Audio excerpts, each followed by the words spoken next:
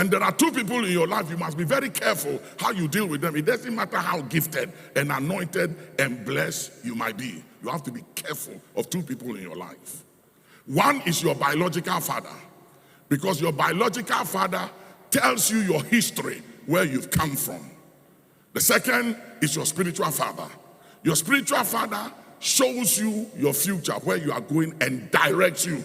These two people, you have to be very careful how you handle them, what you say about them, how you deal with them, no matter how gifted and anointed and the revelation you walk in. I'm just telling you, giftings and anointing and revelation doesn't make you a spiritual father, nor a biological father.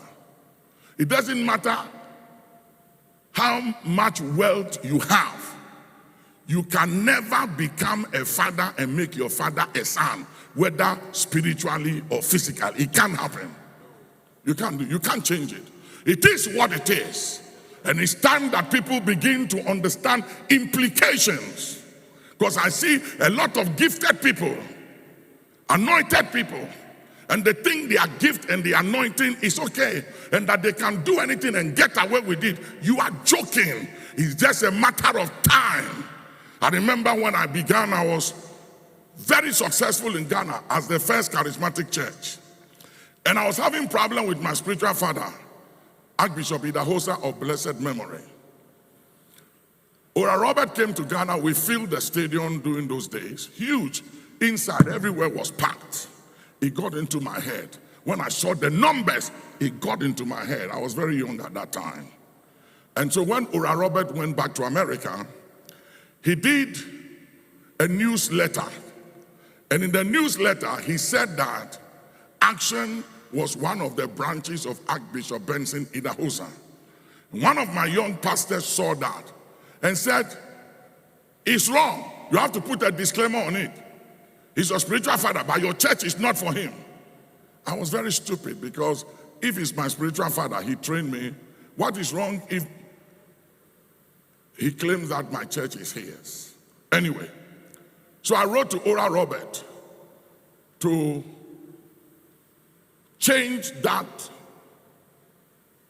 thing he put in his newsletter, that action is not part of Archbishop Idahosa's church. So Ora Robert sent the letter to Idahosa, and Idahosa sent Bishop Coker, the principal of my Bible school, and two other lecturers that taught me in Bible school in the early 70s, to come and talk to me. So they came and said, listen, Papa wants you to come to Benin to meet him on this matter. And I said to them, go and tell him I'm not coming. And Bishop Coker said, what did you say?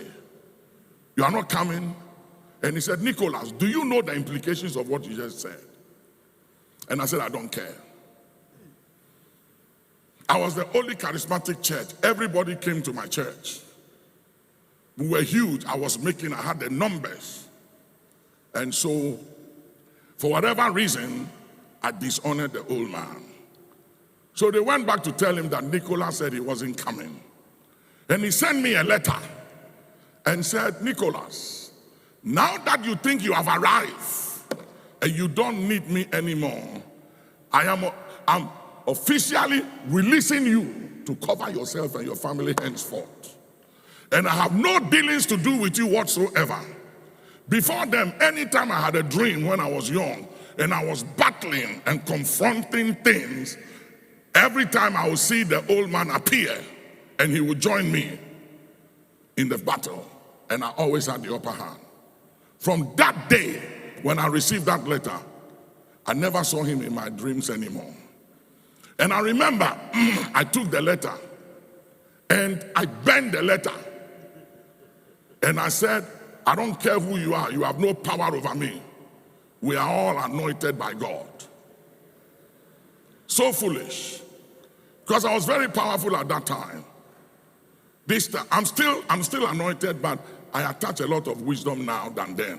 That time it was raw faith and zeal, no wisdom.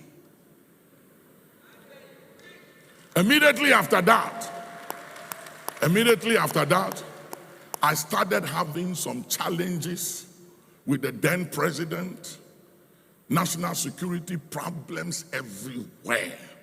It went on for 2 years. I have to relocate my family. And people said, leave the country. I said, no. I'm not leaving this country. God put me here. I will be here. And there were all kinds of things up to assassination attack, Bishop Nyankun, remember. And the night before the assassination, the word of the Lord came and told us exactly what was going to happen and the time and everything, and it happened just as we were told. But God gave me an escape. He gave me an escape. And it went on for 2 years.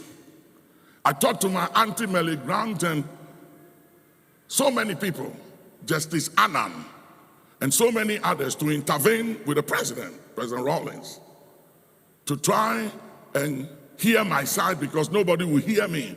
I was heavily misrepresented, character assassinated, high level. And one day, I went to London and somebody told me that Archbishop Idahosa was coming to London. He was speaking in Kensington Temple. So I cornered him.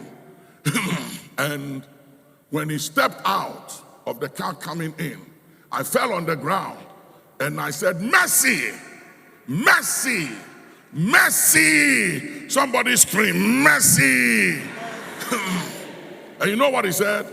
He said, Satan, this fight is between me and my stand. Stand down, stay out of it.